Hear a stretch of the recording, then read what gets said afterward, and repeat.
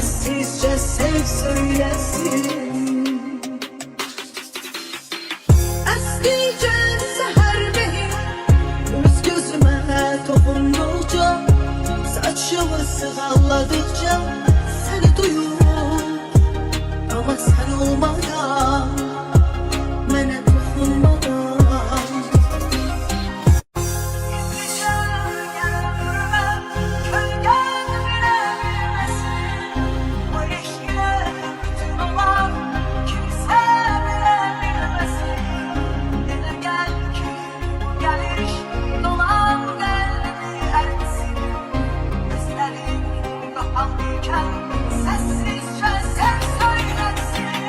Gizlice gel ömrüme, kölgen bile bilmesin.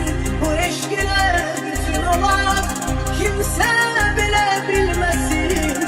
Ele gel ki bu geliş olan kalbi eritsin.